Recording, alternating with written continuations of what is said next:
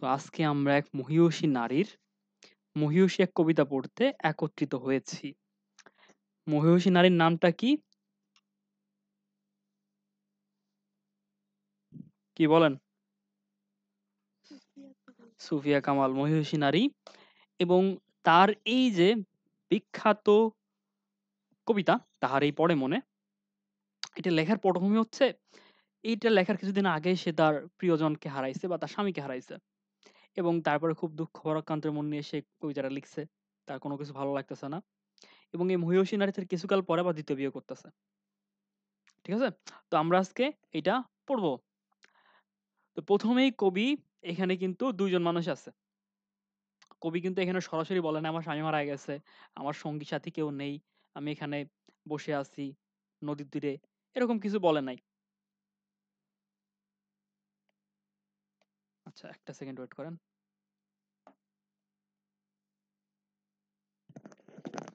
Uncle,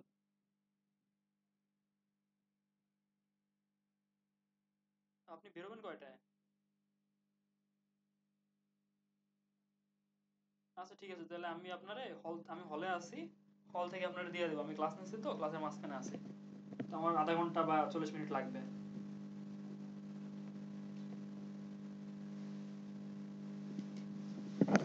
আচ্ছা, তো কবি মিউট করছি নাকি?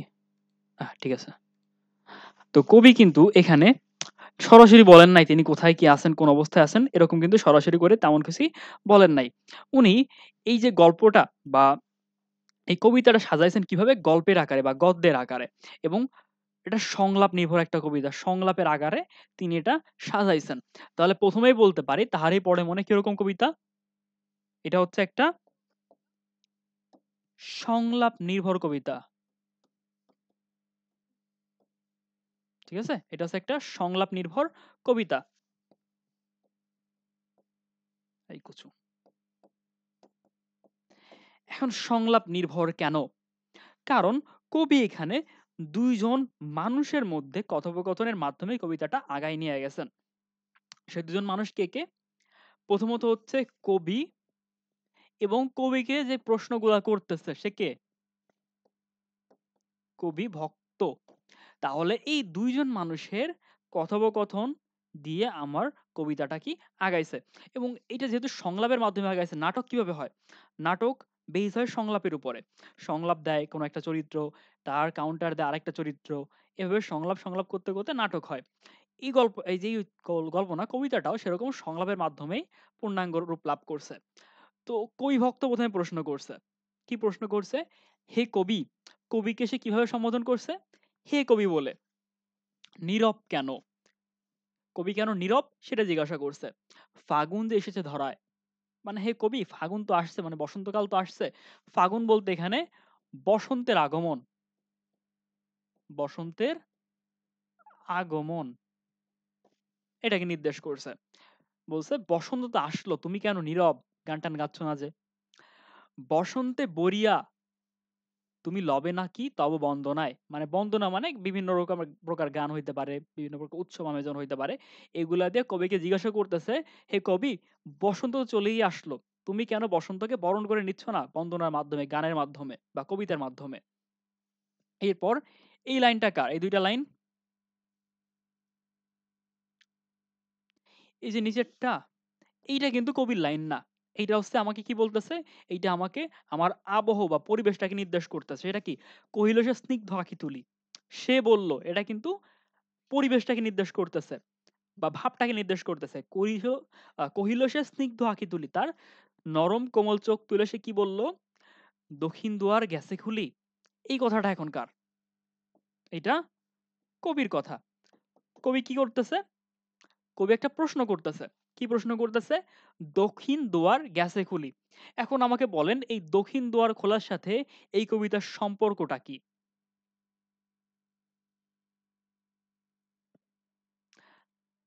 দখিনা দুয়ার কখন খুলবে?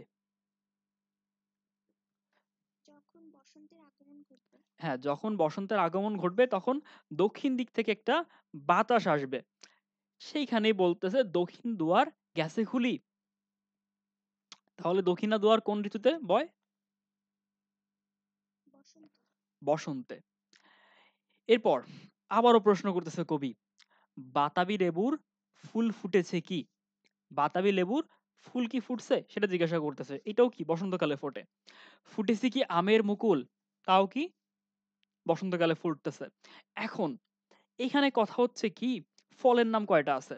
প্রথমত লেবু, এটা তো ফলের নাম। আবার আম, সেটাও কি ফলের নাম। এখন যদি প্রশ্ন করে কতগুলা ফল আছে, উত্তর কয়টা হবে?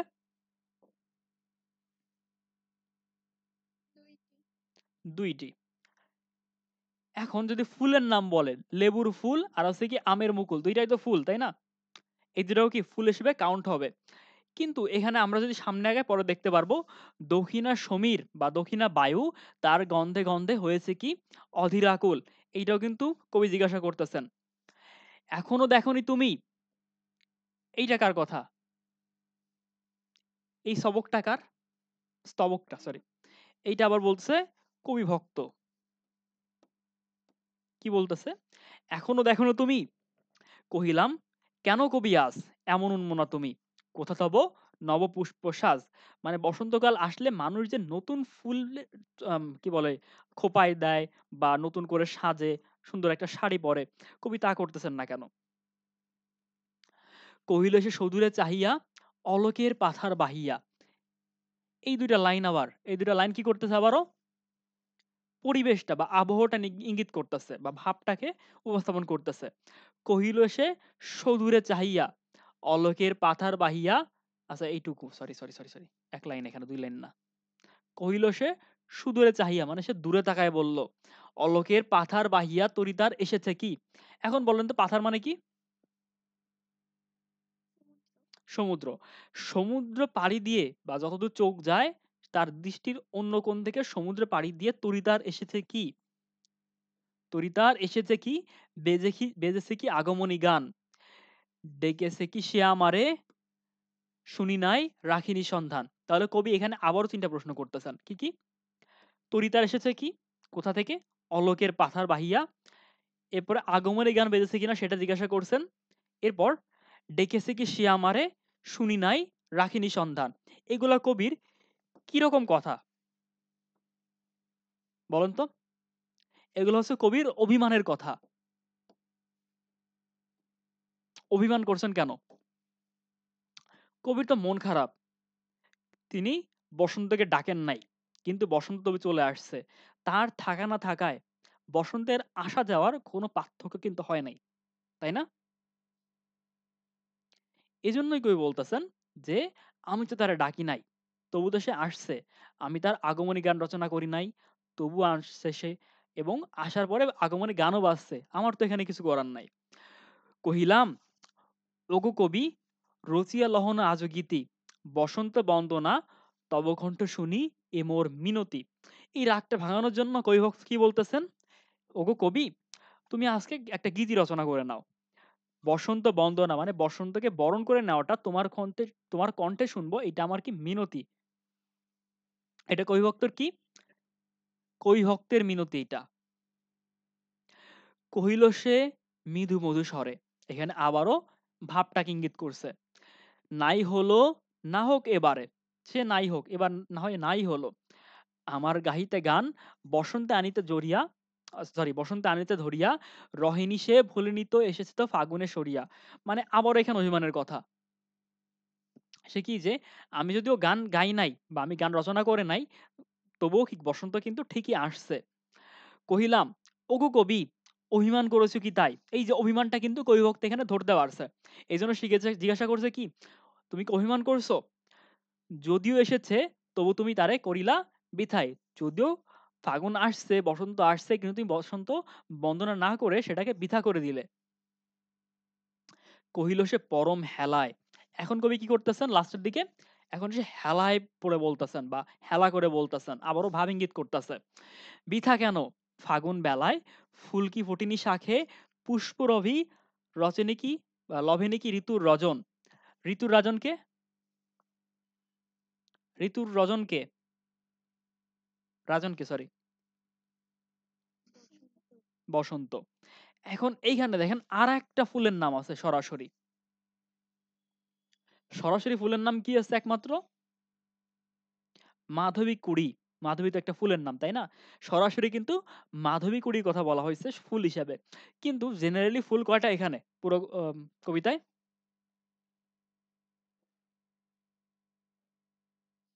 জেনারেলি ফুল কি, কি আছে? লেবুর ফুল আছে, আমের মুকুল আছে এবং মাধবীকুড়ি আছে। ৩ টাই তো ফুল। করণে কি অর্ঘ্য বিরোচন হোক, আবারও কবি বলতেছেন, তবু বসন্তের প্রতি কেন এ তীব্র বিমুখতা? কহিলাম উপেক্ষায় ঋতুরাজে, কেন কবি দাও তুমি ব্যথা? মানে কবি তুমি কেন এত বিমুখ? বসন্তের প্রতি কবি কেন এত বিমুখ সেটা জিজ্ঞাসা করতেছে এবং কেন বসন্ত বরণ না করে কবি ভক্ত মানে কবি কবি ভক্তকে ব্যথা দিচ্ছে। কহিল সে কাছে সরে আসি। এখন হেলায় পড়ে আগেরবার বলছিল, এখন সে কাছে চলে আসে বলতেছে। কহিলি উত্তরি তলে মাঘের সন্ন্যাসী গিয়াছে চলিয়া ধীর শূন্য ধীরে পুষ্পশূন্য দিগন্তের পথে রিক্ত হস্তে। কিভাবে গেছে? রিক্ত হস্তে গেছে। কোথায় গেছে? পুষ্পশূন্য দিগন্তের পথে গেছে। কিভাবে গেছে? ধীরে গেছে, চলিয়া ধীরে গেছে। কে গেছে? মাঘের সন্ন্যাসী। ঠিক আছে? কিভাবে গেছে? রিক্ত হস্তে। কোথায় গেছে? পুষ্পশূন্য দিগন্তের পথে গেছে। কিভাবে গেছে? ধীরে গেছে। কে গেছে? মাঘের সন্ন্যাসী গেছে। তাহারই পরে মনে ভুলিতে পারি না কোনো মতে। তাহলে এই লাস্টের লাইনটা দ্বারা এতক্ষণ আমরা বুঝলাম যে বসন্ত এই সেই বলতেছে। হঠাৎ করে লাস্টে এসে বুঝলাম যে এই বসন্ত বরণ না করার পিছনে কবির একটা কারণ আছে। তিনি সেই ঋতুকে মিস করতেছেন বা সেই মাঘের সন্ন্যাসীকে মিস করতেছেন যে কুয়াশার আড়ালে আসে এবং কুয়াশার চাদর মুড়ি দিয়েই চলে যায়। যাকে চেনা যায় না, যাকে জানা যায় না। কিন্তু তার স্মৃতি অনুভব করা যায়। কার কথা বলতেছে? না, শীত তো রূপক অর্থে, তাই না? কিন্তু আসলে কার কথা বলতেছে? কার কথা? আ তার স্বামীর কথা। রচিয়তা সেই স্বামীর স্ত্রী সুফিয়া কামাল। উৎস গ্রন্থ হচ্ছে 'সাজের মায়া'। এটা একটা কাব্যগ্রন্থ এবং সুফিয়া কামালের খুব বিখ্যাত একটা কাব্যগ্রন্থ। এটা ১ম প্রকাশিত হয় মাসিক মোহাম্মদী পত্রিকায়। তো পত্রিকার অনেক প্রকারভেদ আছে।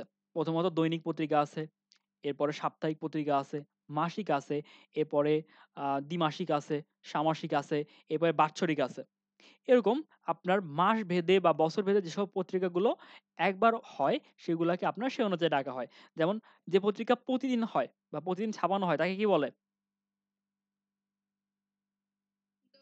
দৈনিক পত্রিকা। যে কবিতা সপ্তাহে একবার ছাপানো হয় তাকে বলা হয়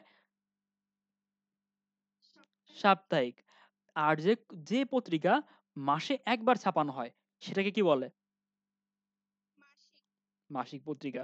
তাহলে এই যে কবিতাটা এটা ১ম এক মাঝখানে সালাম কেন? কি হয়েছে বাবা? ওই পরে বলতে হয়। লাস্টের দিকে বলবেন। ভাই মাঝখানে আসছিলাম। যাই হোক, আম কি যেন ছিলাম আমরা? কোথায়? হ্যাঁ, ৭ মাসে একবার যেটা ছাপানো হয়। তাহলে এই যে কবিতাটা, হ্যাঁ? এই যে কবিতাটা, এই কবিতাটা একটা পত্রিকায় ছাপানো হয়েছিল সেটার নাম হচ্ছে কি? মাসিক মোহাম্মদী এবং সেটা কি বছরে কয়বার ছাপানো হইতো?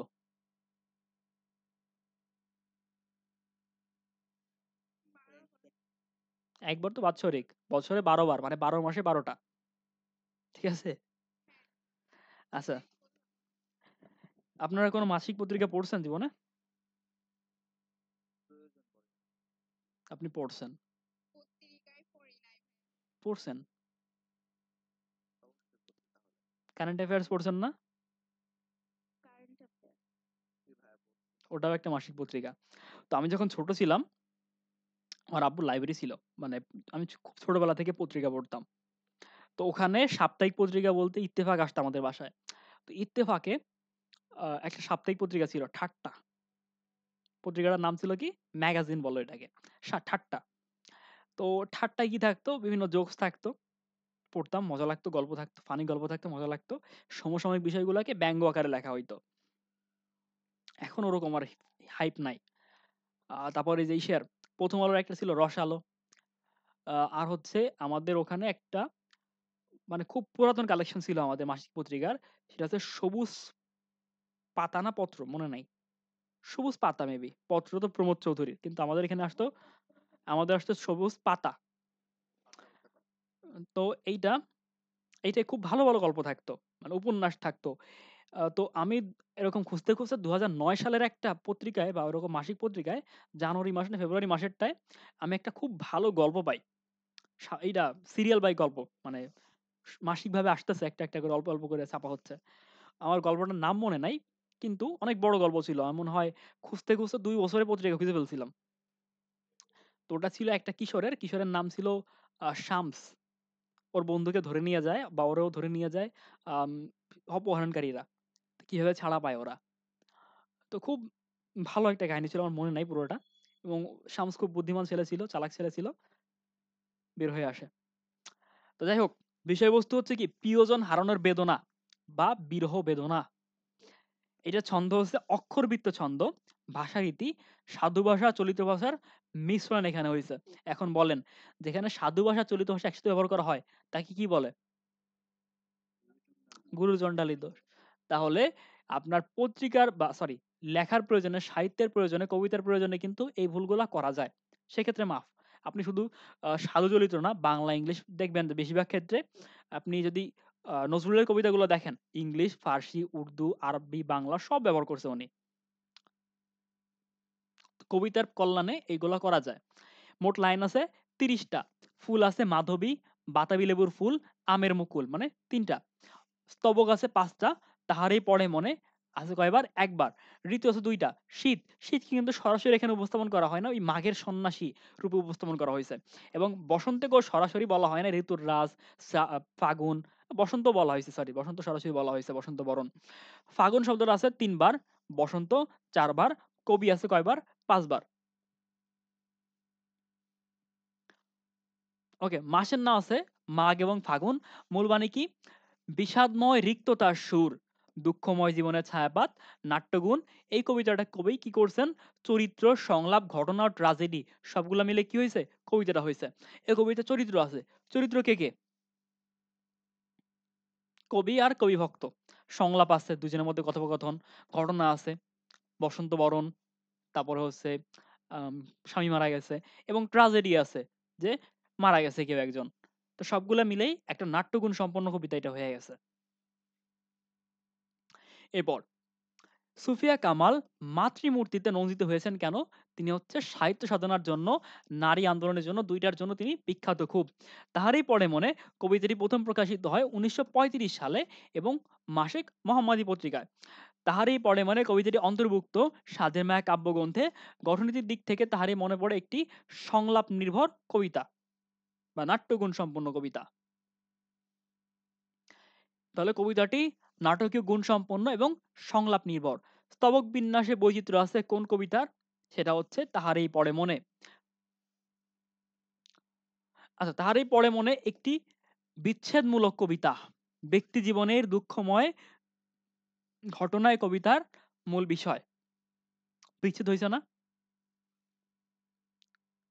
বিচ্ছেদ কত প্রকার? ২ প্রকার। একটা হচ্ছে ম্যানুয়াল আরেকটা হচ্ছে ন্যাচুরাল। তাই না? এটা ন্যাচুরাল বিচ্ছেদ। ওকে। ম্যানুয়াল আপনি ডিভোর্স দিলেন আপনার বউকে। সিম্পল। ওকে। এরপরে শীত ঋতুর রিক্ততার চিত্রটি ফুটে ওঠে কখন? প্রথমত যখন গাছে পাতা ঝরে যায়, রিক্ত শূন্য, পাতা শূন্য সরি। এরপরে গাছপালা ফুলহীন হয়ে পড়ে এবং প্রকৃতি কুয়াশায় ঢেকে যায়। যদিও কবিতায় বসন্ত চলে আসছিল কিন্তু কবির মনে ছিল কি? দুঃখ ভরাকান্ত, বিষণ্ণতায় ভরা এবং উদাসীন। এই যে কবির নীরবতা বা উদাসীনতার কারণ হচ্ছে কি প্রিয় বিয়োগ বা প্রিয়জন বিয়োগ, স্বামীর মৃত্যু। মাঘের সন্ন্যাসী রূপে কল্পনা করেছেন কাকে? শীত ঋতুকে। তাহারই পরে মনে কবিতায় কবির সাথে সন্ন্যাসী সম্পর্ক কিসে? বৈরাগ্যে এবং রিক্ততায়। সন্ন্যাসীর কাছে কিছু থাকে না, মানে সে রিক্ত এবং সে কি বৈরাগ্য বা দুনিয়াবি কোনো বিষয়ে তার কোনো মাথা ব্যথা নাই।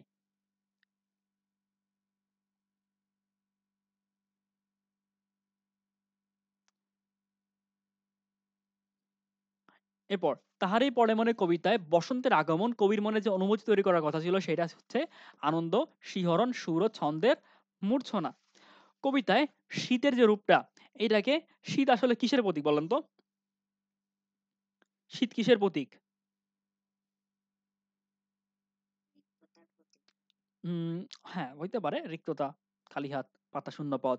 কিন্তু শীত মূলত আপনার হচ্ছে হৃদয়হীনতার প্রতীক বা কঠোরতার প্রতীক। শীত, গ্রীষ্ম ২ টাই কঠোরতার প্রতীক। কিন্তু গ্রীষ্মকালে কঠোরতা থাকলেও দেখবেন যে ফল ফুলাদি দিয়ে কিন্তু বেশ ভালো রকমই থাকা যায়। শীতকালে কি ফল ফুল কিছু হয়? শীতকালে মনে হয় কিছুই হয় না। কোনো ফল ফুলই তো হয় না মনে হয় শীতকালে, তাই না? গাঁদা ফুল হয় তাও তো মনে হয় শীতের শেষের দিকে। নাকি? গাঁদা কি সারা বছর হয়?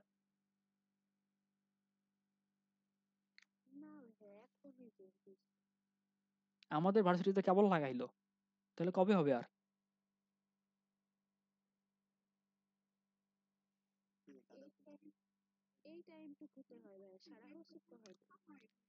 মানে শীতের মাঝের দিকে শুরু হয়, তাই তো? চলে যাওয়ার সময় একটা ফুল দিয়ে যায়, যাই হোক। কিন্তু ভালো করে ফুল ফোটে বসন্তকালে। তাহলে শীতের বিপরীতে কি আছে? বসন্ত আছে।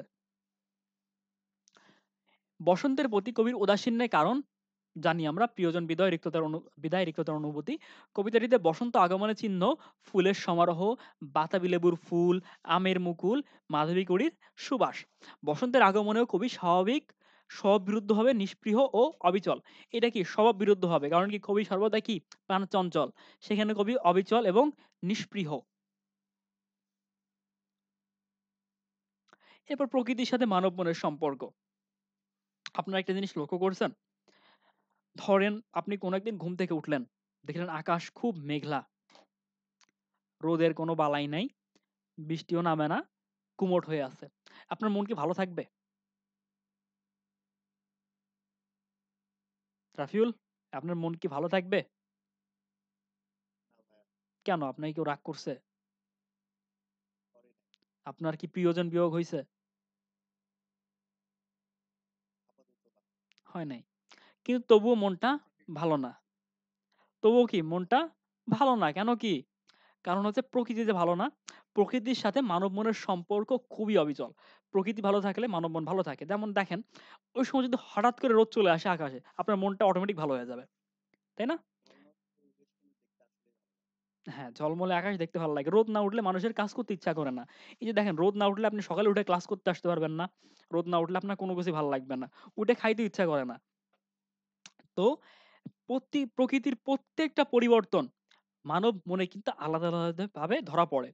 যে শীতকাল, কুয়াশা ভাল লাগতেছে না।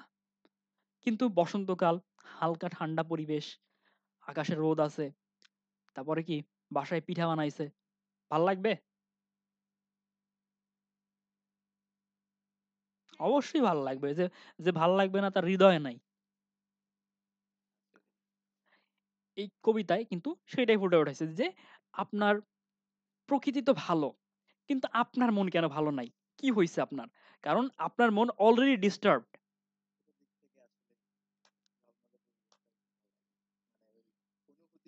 ও আপনার না সবার।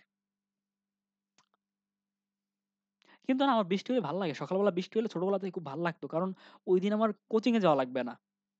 যদি ঘুম থেকে যদি উঠতে দেখতাম যে আজকে বৃষ্টি নামছে। মানে আজকে আমার প্রাইভেটে যাওয়া লাগবে না। আহাহাহা!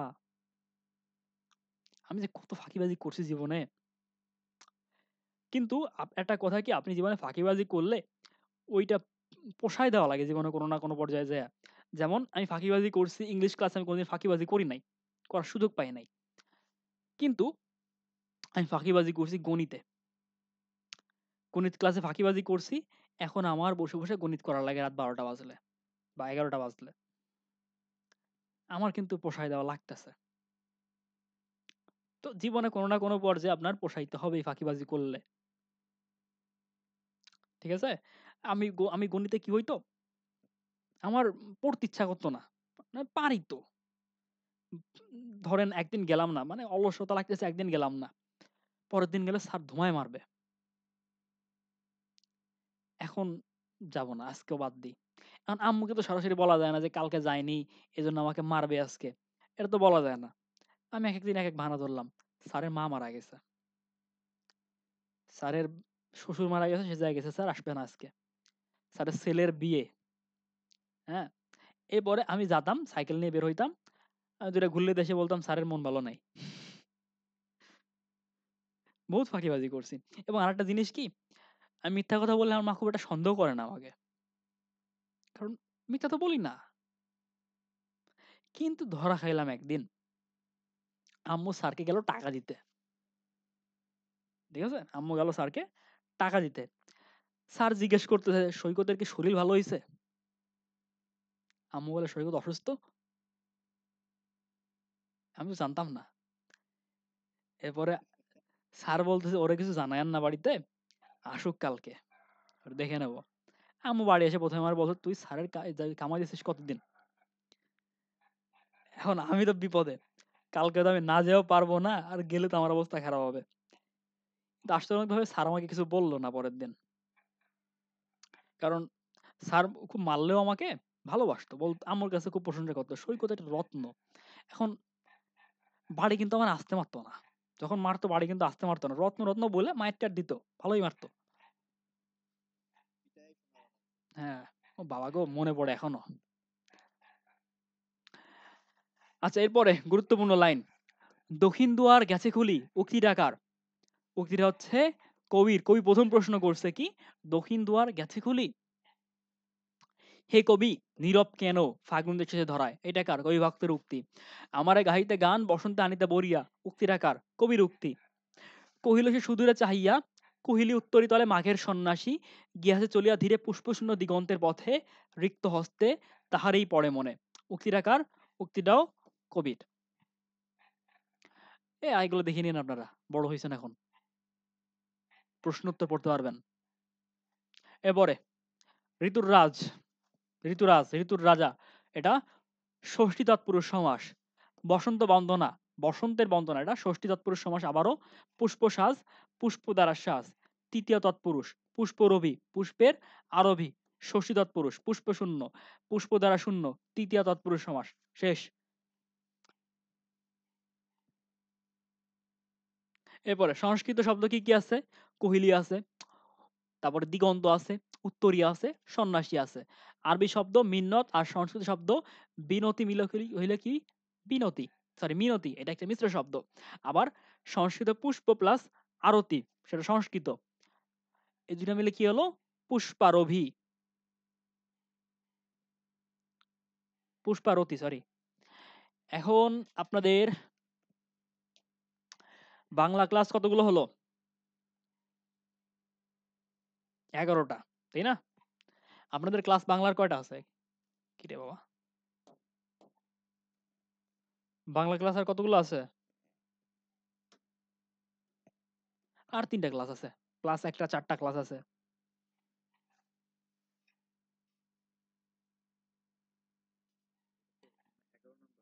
হ্যাঁ, দ্বিতীয় স্বামী মরার পরে লেখে নাই, ভালোবাসতো না মনে হতো। প্রথম স্বামী তো মামাতো ভাই ছিল, তাই না? নেহাল হোসেন, নেহাল হোসেন, হ্যাঁ, মামাতো ভাই ছিল। না, মামাতো ভাই ছিল, প্রথম জন মামাতো ভাই ছিল। ওনার নাম ছিল সৈয়দ নেহাল হোসেন।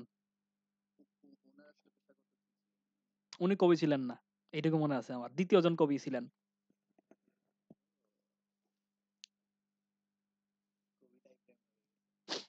ওনার নাম কি মুস্তফা কামাল নাকি যেন ছিলেন, ভুলে গেছি।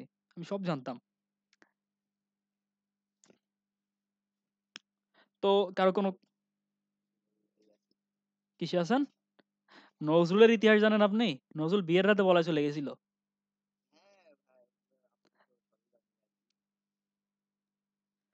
আর গ্রামার ক্লাস হচ্ছে 6টা 15 তে। আহা হা হা, এক ইতিহাস 2বার বলে ফেলছি।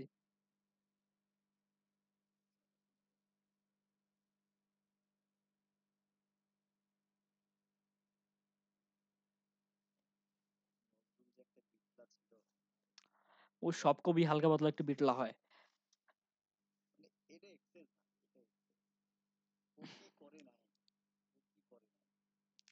নজরুলরে বলছিল ঘর জামাই থাকতে হবে।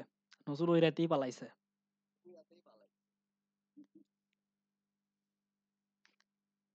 আমার বিশেষ আমাকে বললে আমিও পালাইতাম।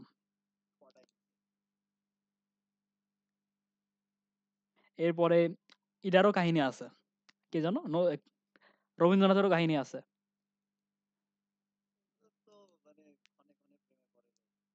তারপরে কিন্তু রবীন্দ্রনাথের বাড়িতে কিন্তু আত্মহত্যার কেসও আছে। রবীন্দ্রনাথের বৌদি আত্মহত্যা করছিল। ঠাকুরপুরে লিখে চিঠি লিখে গেছিল মরার আগে। যাই হোক, কবি বলতেই ভালো মানুষ হবে এমন কোনো কথা নাই। বেশিরভাগ কবি একটু ভালো মানুষ ছিলেন। আপনাদের প্রিয় কবি কে? আসেন, টাইম যখন আছে একটু কথা বলি। বলেন প্রিয় কবি কে? কার কি প্রিয় কবি? রাফিউল বলেন। ফেসবুক থেকেও বলতে পারেন আপনারা প্রিয় কবি।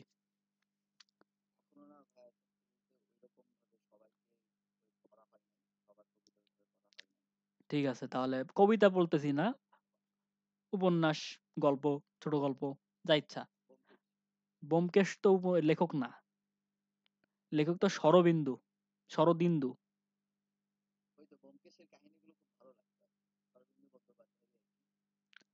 যাই হোক, এরপরে রাফি বলেন। রাফিউল ইসলাম আর রাফি দুজন কি এক লোক নাকি? রফিকুল ইসলাম, সরি, হ্যাঁ রফিকুল বলেন। আপনার প্রিয় কবি কে? বলেন যে পদ্মজার লেখক ইলমা হাসান, কি ওর নাম, ভুলে গেছি। আর কে বলবেন কেউ? কারো প্রিয় কোনো লেখক নাই? আপনারা দিন দিন মানে দুনিয়া যেদিন দেয় আগাবে আস্তে আস্তে, আপনারা বইটি পড়েন নাই জীবনে, কি বলবো। আমি তো শোনেন, আমার মজার একটা কাহিনী আছে।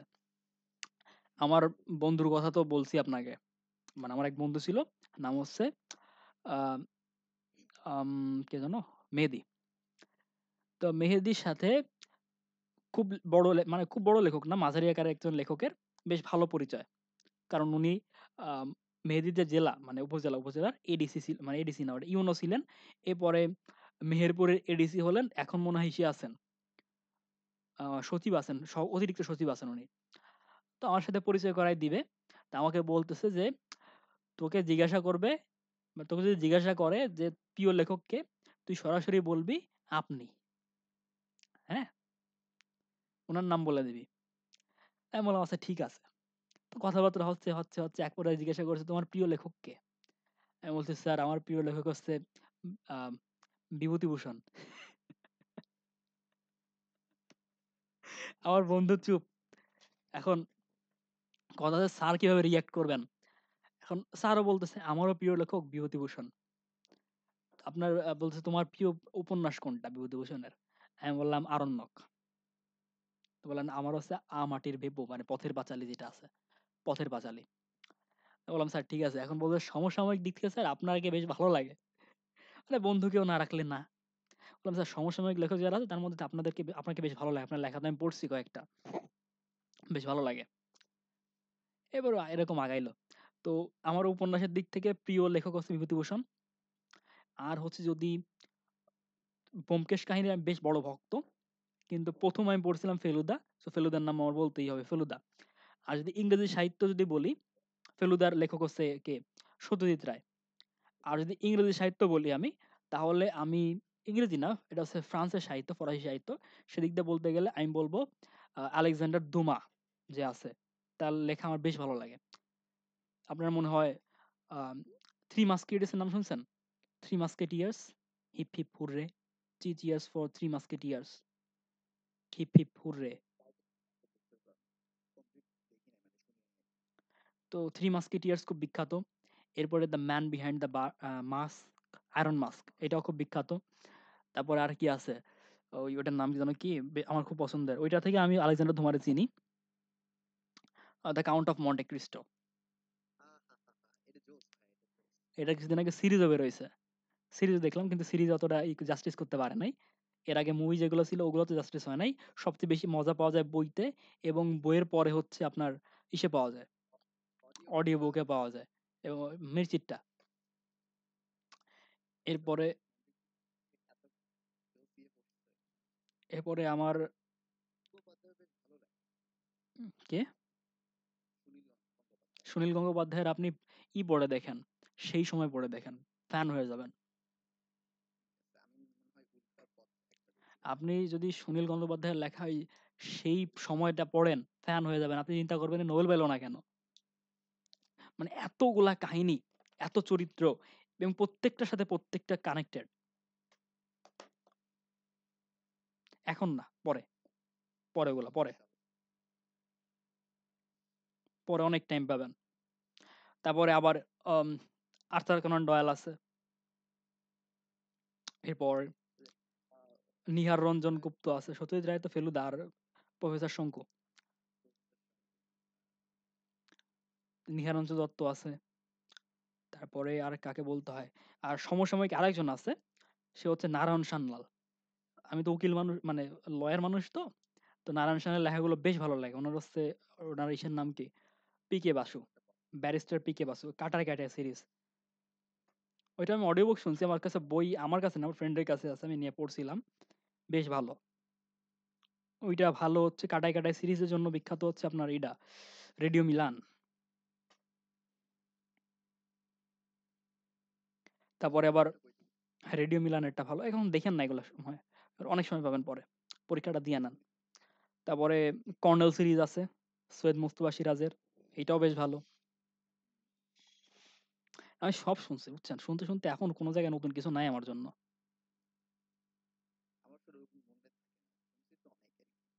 আমি শুনতে, শুনতে নতুন আর কিছু পাই নাই। আমি পুরনোটাই শুনি বারবার। আমি শুনি ক্লাস 10 থেকে।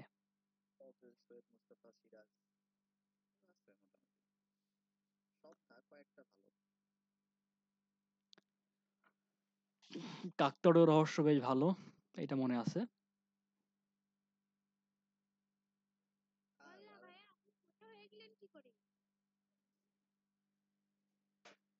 আটকে গেলাম। বেরোচ্ছে না, চেয়ার বেরোচ্ছে না বুঝছেন।